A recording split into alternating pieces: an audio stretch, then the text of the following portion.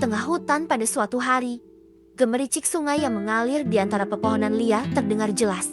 Di situ, terselip sebuah rumah kecil yang dihiasi cahaya terang matahari, melukis awan-awan dengan pesonanya yang memukau. Pada suatu waktu, seekor rusa berlari menuju halaman rumah di tengah hutan tersebut yang di situ terdapat seorang anak sedang bermain. Rusa itu kemudian mengaitkan baju anak dengan tanduknya, sehingga membuat anak itu terkejut dan ketakutan. Karena ketakutan, anak itu terus-menerus menjerit, berteriak semaksimal mungkin. Akhirnya ibu dari anak itu yang berada di dalam rumah mendengar jeritan anaknya dan segera keluar untuk melihat apa yang tengah terjadi. Begitu ibu keluar, dia melihat rusa telah membawa anaknya berlari ke arah gunung.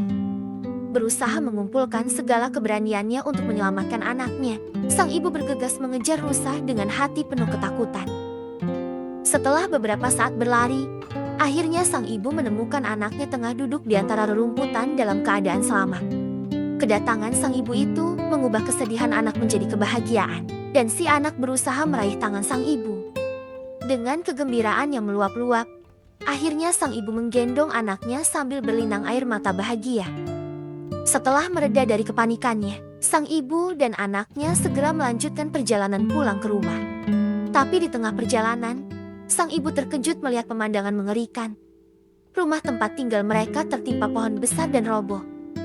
Seluruh rumah hancur menjadi rata dengan tanah karena pohon besar itu. Hal itu membuatnya berpikir, jika saja ia dan sang anak masih berada di rumah saat kejadian itu terjadi, mereka tidak akan bisa menyelamatkan diri. Kejadian itu mengingatkan sang ibu pada peristiwa setahun lalu, di mana seekor rusa berusaha melarikan diri dari seorang pemburu yang mengejarnya hingga ke rumah tempat mereka tinggal.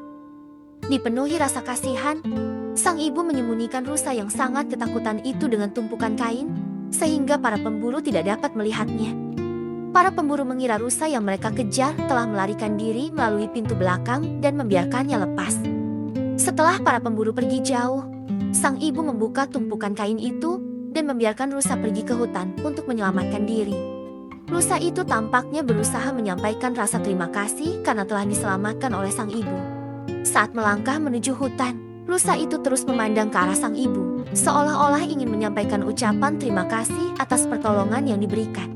Sang ibu terkejut dan tidak percaya bahwa seekor rusa yang telah dia selamatkan masih mengingat bantuannya dan rela membantunya di saat genting.